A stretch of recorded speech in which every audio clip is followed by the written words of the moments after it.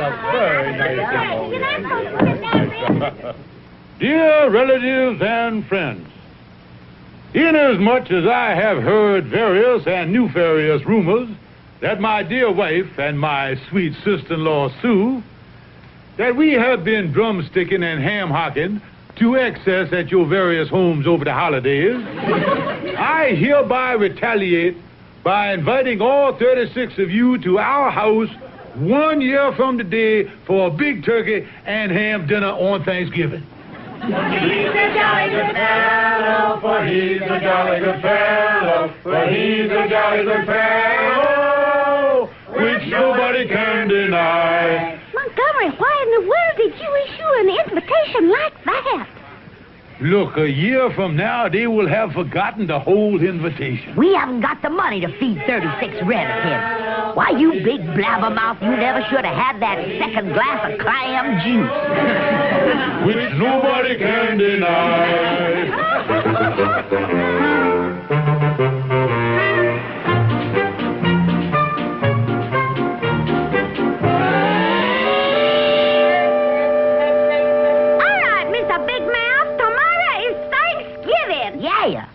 And we're going to have 36 relatives here at dinner, thanks to you shooting off your mouth a year ago. What do you intend to do about it? Well, there's only one thing to do. Put up the quarantine sign and hide under the bed again. I know they're going to be hungry, but I don't think even they will wade through the bubonic plague to get to the giblets.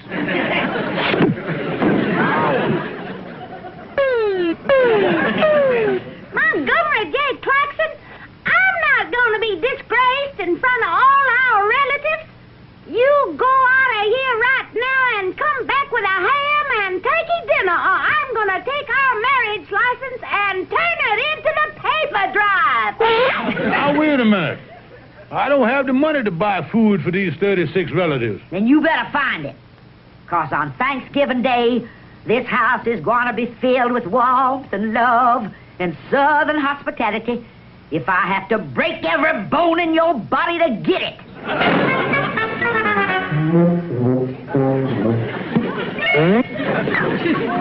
Well, I'll do the best I can.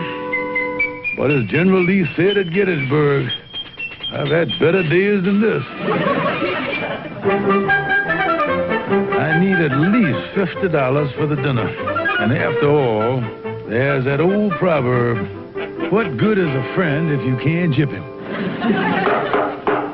Come in, it's open. Hi, Calvin. What are you doing up here anyway, Colonel? 'Cause I'm worried about you spending this gala Thanksgiving holiday season alone. You know, it made me sad. It did, huh? Oh, yeah, Calvin. Me and Maggie Bell and Sister Sue was talking about you only this morning. About you spending the holiday up here, all alone in your room. Well, come to think of it, it does get lonely now and then. Sometimes I regret setting those rat traps. But what are you driving at, Colonel? What am I driving at, Calvin? I'm inviting you up to my place for Thanksgiving dinner with all the gracious Claxon clan. Well, now, wait a minute, Colonel. But how much is the price? Well, what we call a season ticket, son, comes to about $50. I'd like to come, but all I got is $3.25. I'm afraid I can't afford your generous southern hospitality this year. Well, now, to tell you the truth, Calvin, I don't know whether we're going to have a dinner or not. I'm in a spot. I've invited 36 relatives for dinner, and I don't have the wherewithal for the grub withal. So unless I get some free food from someplace, I'm in big trouble. You know, Colonel, I saw an ad in the paper here this morning. Free food. Let me see where that is. Here we are. Yeah, give me that paper. Look at that. 75 pounds of free food, including ham and turkey, with the purchase of a $375 deep freezer. That's no good, Calvin. In order to get the free food, you got to buy the freezer. Yeah, you haven't got 375 smackers. Yeah, the trouble, wait a minute. I just noticed in the small print here. Here in the ad, it guarantee within 30 days of purchase. If the customer is dissatisfied, your money will be cheerfully refunded. Calvin, that's my angle on getting the free food. Come on, we'll get right down to the deep freezer store. You think this thing is going to work? Work is the greatest idea in the world, Calvin. Okay, but the last time you had the greatest idea in the world, we ended up spending the weekend as guests of the local gendarme.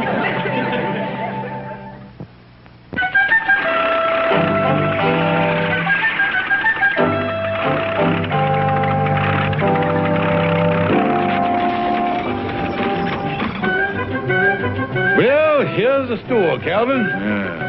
Now, explain to me how we're going to get this free food. Now, look, Calvin. I give the fella this no-good check here for $375. We take the freezer home, and we takes the food out of it. Then we brings the freezer back to the store and get our money back before the man has a chance to put this check in the bank. Now, if that's not a great scheme, I'll eat my hat. Yeah, well, you better get out to bicarbonate. I think you're going to be nibbling on your fedora before this is over. Oh, here comes the fella now. Watch the old colonel go into action here, boy. May I help you, sir? Indeed you may, sir.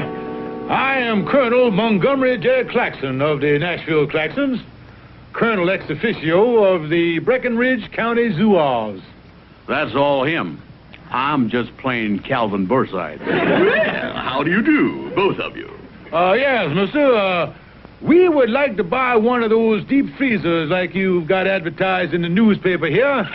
The kind with the free food and the cheerful refunding guarantee. Oh, yes. We give the free food and the guarantee with all our models. Now, here's a lovely model here. It combines the best features of the... We'll take it. Here's the check. Well, you certainly made your mind up in a hurry. This certainly is a fast deal. You not kidding, mister. It's an old Southern custom. Just one more question, mister. When does the store close? At 5:30. It's 5 o'clock now. What do you think, Calvin? Well, we might strain ourselves, but I think we can make it. Be seeing you. Pleasure to make your acquaintance, sir. Well, thank you.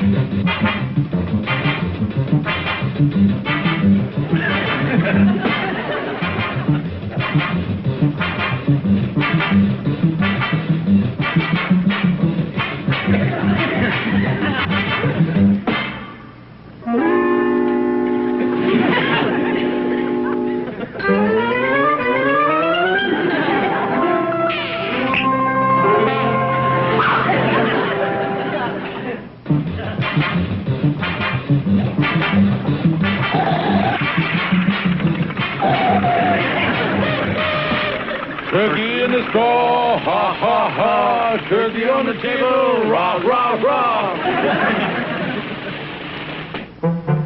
Watch the door there, Calvin. Watch it now. Yeah, easy does it. Well, we made it. It's only 5:20. Uh-oh. Here comes the fellow that sold it to us. You know something? He doesn't look so happy about the whole thing, neither. Why, Colonel Claxon, what's this? You're bringing the freezer back? Yes, sir. We are dissatisfied with it. You're dissatisfied with it? Just a minute. You picked up the freezer at 5 o'clock, and you're bringing it back now at 5:20? Yeah, we'd have been here sooner, only we got caught in traffic. Look, mister, we want our money back. We are dissatisfied with the freezer. Just a minute. Let me see. You didn't bring the food back. We weren't dissatisfied with that. No, that makes us very happy. Look, mister, we're dissatisfied with the freezer. Now, will you please stop shouting at us and kindly refund our money? I am not giving you your money till you bring back the food.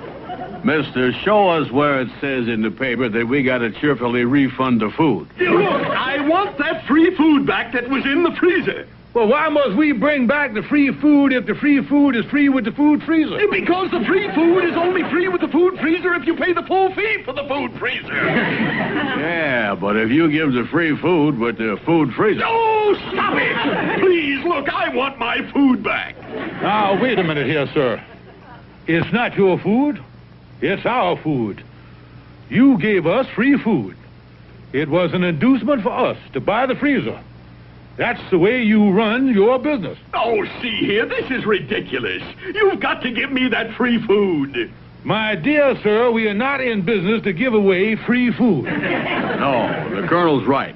That's your racket. Yeah, if you want any free food, go out and buy your own freezer. No, I don't want any free food. And we don't want to give you any, so what are you arguing about? Look here, I've got to have that food back. You want to take our free food away? That's right. All right. Well, now let's analyze what you're doing here. You want to take something away from us that is free. Free like the air we breathe. Like the liberties we enjoy. Like the freedom of speech. Like the freedom of the press. The freedom to vote and salute the flag.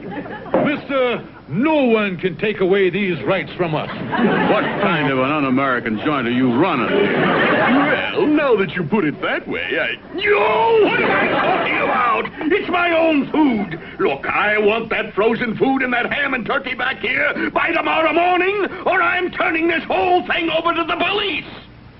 You mean that you would bring the police into a thing like this? I certainly would. Well, that's all I want to know. I'll have the food back the first thing in the morning. Come on, Calvin. Looks like these guarantees don't mean anything anymore.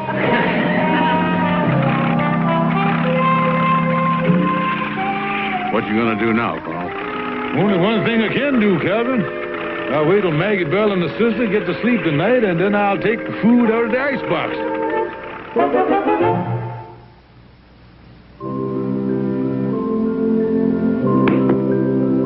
Isn't it wonderful, Sister Sue?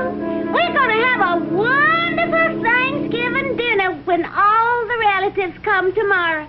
That big ham and that beautiful turkey. Yeah, we must be careful that between now and in the morning some sneak thief don't come up here and clean out the icebox. Well, if they're going to make off with our ham and turkey, they're going to have to climb another 2 flights of stairs. Well, of course, if the people, what was that? Montgomery, our icebox wasn't big enough to hold all that food, so Mrs. Conway on the top floor volunteered to keep the frozen food and the ham and the turkey upstairs in her icebox. Yay. And I don't think any sneak thief's gonna bother it up there, 'cause Mrs. Conway's husband is a police sergeant. Excuse me, I think I'll go out in the kitchen and sharpen up the carving knife. Why do you want to do that? The dinner isn't till tomorrow. I know. But first thing in the morning, I may have an appointment to cut my throat. Oh,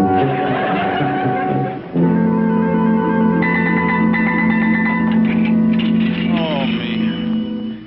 I gotta get that food back in that store by tomorrow morning, or I'm in a mess. I'll never get it out of Mrs. Conway's apartment. And her husband is a policeman. Hello, Oliver Wendell Clark speaking. Hello, Oliver. Am I disturbing you? No, you're not disturbing me. I was just watching television.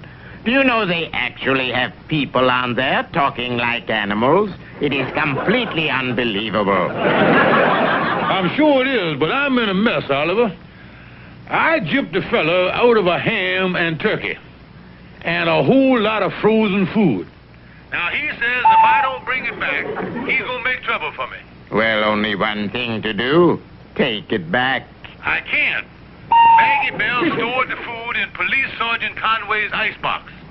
Police sergeant, eh? Colonel, you'd better not tamper with that refrigerator in person. What you need is some puffy poltroon to purloin the poultry. What do you mean? A real jerky to swipe the turkey. Yeah, Calvin's in this mess up to his neck. And I might as well push his head under the quicksand. Thanks a lot, Oliver. You're welcome, my friend. And the next act on our big shoe tonight is an act I just brought over from Europe. Let's really hurt for 'em, big folks. Fifi the poodle and our performing people. How does he get away with that stuff?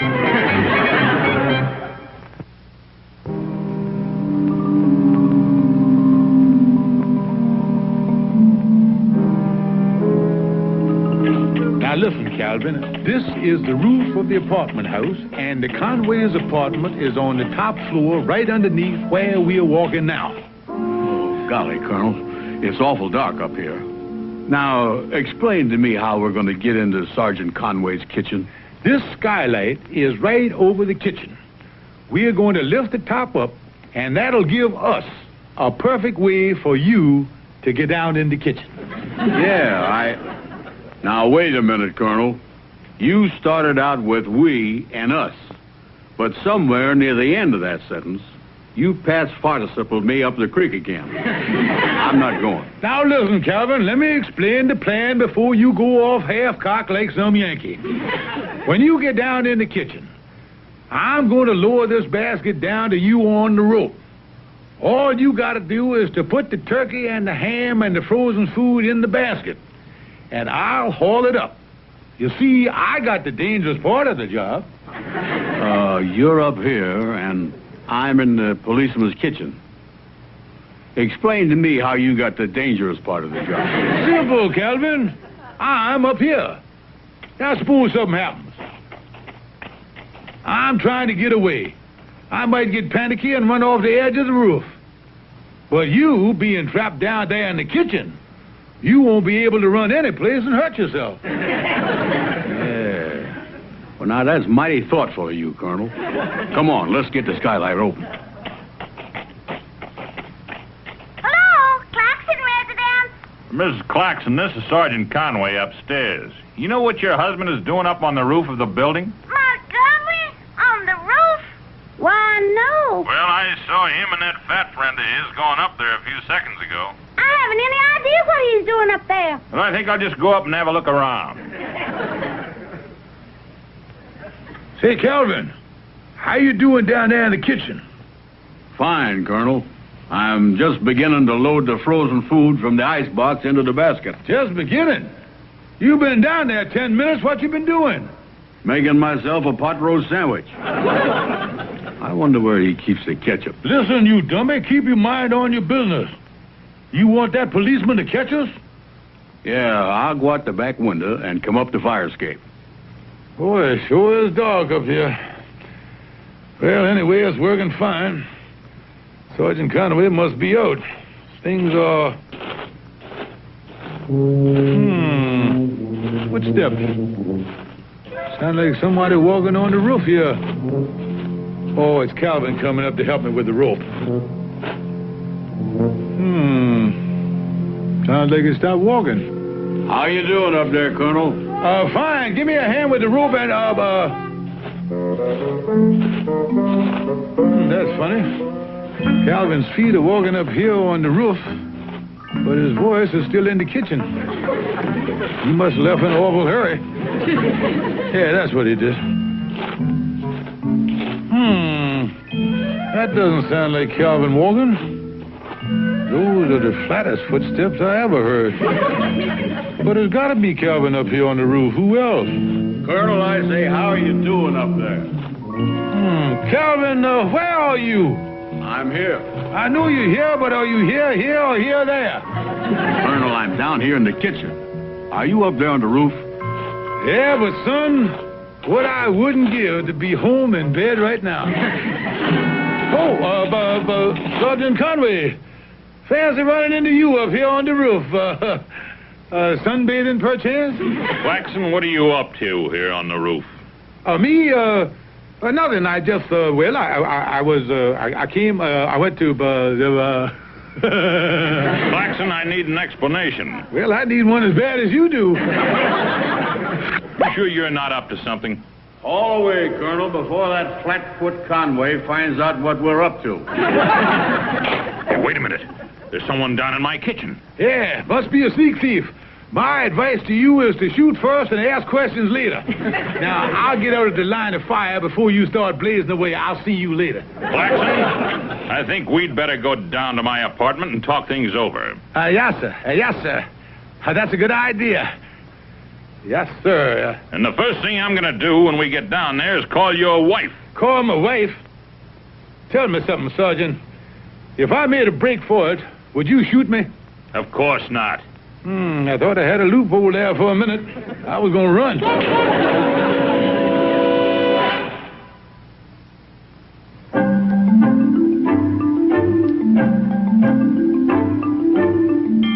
That's the whole story, Myrtle. Sergeant Conway caught us breaking into his kitchen. Oh, that's a shame. But what did Maggie Bell say when she found out? Oh, Maggie Bell doesn't know anything about it. The colonel pleaded with the sergeant not to tell her. Yeah, well, what's he going to do about the man in the frozen food store? The colonel's going to stick to his guns.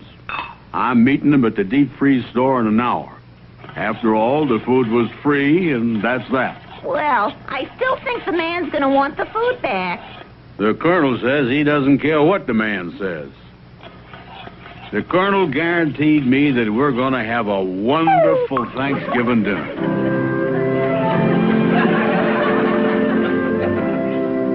Have another slice of ham. Didn't I tell you, Calvin, we'd have a lovely dinner on Thanksgiving? I like the dinner all right, but the judge says we're going to have to spend 5 more days in this iron deep freeze.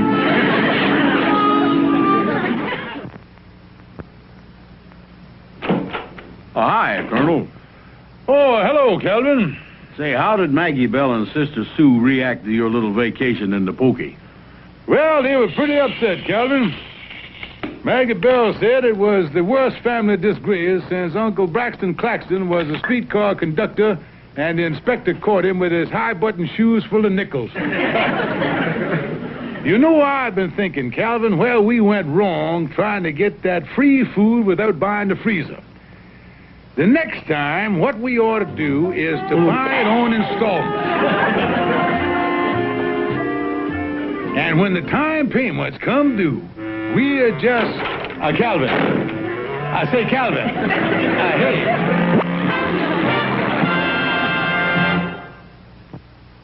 Calvin and the Colonel was brought to you by